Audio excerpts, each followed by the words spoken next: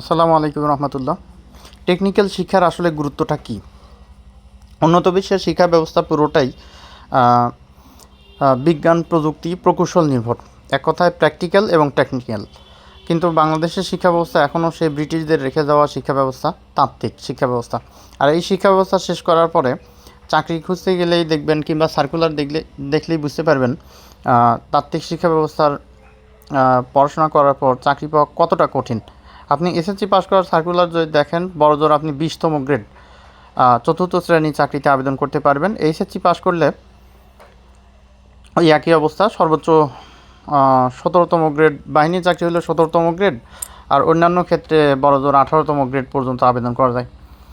আর SSC পাশে যদিও 16তম grade পর্যন্ত আবেদন করা যায়, কিন্তু দেখবেন চাকরির পরীক্ষাগুলোতে মাস্টার্স পাস করে যারা আসে তারাই 16তম গ্রেডগুলো দখল করে।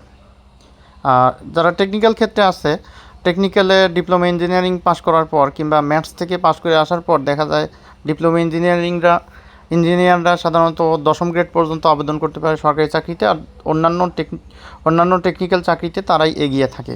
এছাড়াও যারা টেকনিক্যাল সাইডে ম্যাথস কিংবা নার্সিং ডিপ্লোমা পড়াশোনা করে আসে, তারা মোটামুটিভাবে প্রায় 10ম গ্রেডের কাছাকাছি পর্যায়ে চাকরি পায়। কিন্তু জেনারেল এডুকেশনের ছাত্ররা যারা আর্টসে কিংবা কমার্স ব্যাকগ্রাউন্ডে এসএসসি এইচএসসি পাস করে, তাদের চাকরি পাওয়া খুব কঠিন হয়ে যায়। আর যারা সায়েন্সে পড়েন, তাদের এসএসসি এইচএসসি পাস করার পরে অধিকাংশ সার্কুলারে আবেদন করা যায়, কিন্তু আর্টস থেকে তো অনেক সার্কুলারে আবার আবেদনও করা যায় না।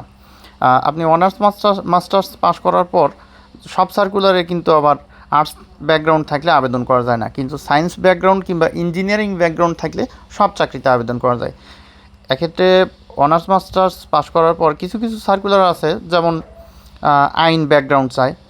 সার্কুলারে উল্লেখই থাকে যে আপনাকে এলএলবি অনার্স এবং এলএলএম মাস্টার্স পাস হতে হবে। সেক্ষেত্রে তো ইঞ্জিনিয়ার কিংবা অন্যান্য যারা আছে তারা আবেদন করতে পারবে না। কিন্তু যেখানে উল্লেখ থাকে যে যে কোনো বিষয়ে অনার্স, এই সার্কুলারে কিন্তু সকলেই আবেদন করতে পারে। আপনার ব্যাকগ্রাউন্ড যাই হোক, ব্যাকগ্রাউন্ড হোক সায়েন্স, আর্টস, কমার্স, কৃষি বিজ্ঞান, গার্হস্থ্য অর্থনীতি কিংবা যে কোনো শাখার ছাত্র কিংবা ছাত্রী অথবা শিক্ষার্থী হন না কেন, আপনি সেখানে আবেদন করতে পারবেন।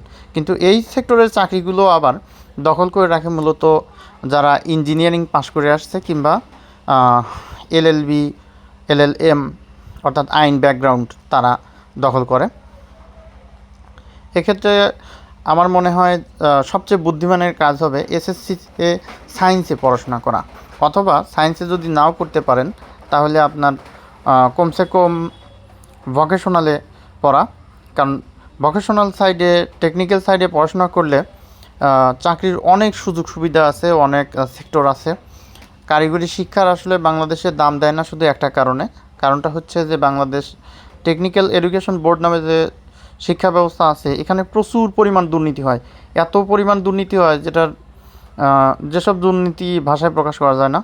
এখানে আবার অনেকে পড়তেও চায় না, কারণ পড়াশোনার সঠিক মানদণ্ড নাই, শিক্ষা ব্যবস্থার সঠিক পরিবেশ নাই, সঠিক প্রতিষ্ঠান নাই, অনেক ঝামেলা আছে।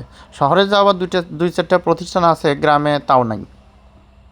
গ্রামে দেখা যায় যে হয়তো পুরো প্রতিষ্ঠানের জেনারেল শিক্ষা ব্যবস্থার সাথে প্রতিষ্ঠানের সাথে ওই টেকনিক্যালের একটা ব্যবস্থা আছে, সেখানে হয়তো 2-1 শিক্ষক সংযুক্ত আছে। এইভাবেই ছাত্রদের কোনো দিন ক্লাসই হয় না, শেষ পর্যন্ত পরীক্ষা দেয়, কোনো রকমে পাশ করে যায় আর কি, এরকম অবস্থা। তো যাই হোক, টেকনিক্যাল এডুকেশনের অনেক দাম আছে আর কি, টেকনিক্যাল কাজেরও অনেক দাম আছে। সেদিক থেকে আমার মনে হয় যে আর্টসে পড়ার চেয়ে হয় আপনি সায়েন্সে পড়েন যদি ব্রিলিয়ান্ট ছাত্র হন, অঙ্ক ভালো লাগে, আর যদি তা না হয় তাহলে আপনার অবশ্যই টেকনিক্যাল সাইডে পড়াশোনা করা উচিত। কারণ টেকনিক্যাল সাইডে টেকনিক্যাল কাজের অনেক দাম আছে, এখানে অনেক ইনকামের সুযোগ আছে। এমনকি চাকরির সার্কুলারগুলো যদি দেখেন, তখন আপনার মনে হবে যে টেকনিক্যাল সাইডে পড়াশোনা করাই ভালো ছিল। আমি নিজেই আর্টস ব্যাকগ্রাউন্ডে পড়াশোনা করছি, চাকরির সার্কুলারগুলো দেখলে মনে হয় যে সায়েন্সে পড়া ভালো ছিল, কিংবা টেকনিক্যাল সাইডে পড়লেই হয়তো ভালো হতো। এখন তো অনেক লেট হয়ে গেছে আর কি। যাই হোক, আমি এখানে একটা ক্যাসেট সারতেছিলাম, ক্যাসেটের সারার জন্য কী কী লাগবে সেগুলো বর্ণনা দিচ্ছিলাম। ওই তাতাল, রাং, রজন আর শোল্ডারিং পেস্ট, তাতাল অর্থ সোল্ডারিং আয়রন আর কি, এগুলো লাগবে সেটাই বলতেছিলাম এখানে। আর এখানে যে দেখেন ক্যাসেটের ভিতর ছোট্ট একটা ব্যাটারি দিয়ে রাখছে সেটা দেখাচ্ছিলাম। এই ক্যাসেটটা আমি নিজেই খুলছি, কী কী দিয়ে খুলছি, স্ক্রুড্রাইভার কী কী লাগছে সেটা এখানে দেখাইছি, যে ওই স্টার স্ক্রুড্রাইভার কিংবা ফিলিপ স্ক্রুড্রাইভার, টেস্টার জাতীয় স্ক্রুড্রাইভার এইগুলো দিয়ে আর কি। ধন্যবাদ সবাইকে।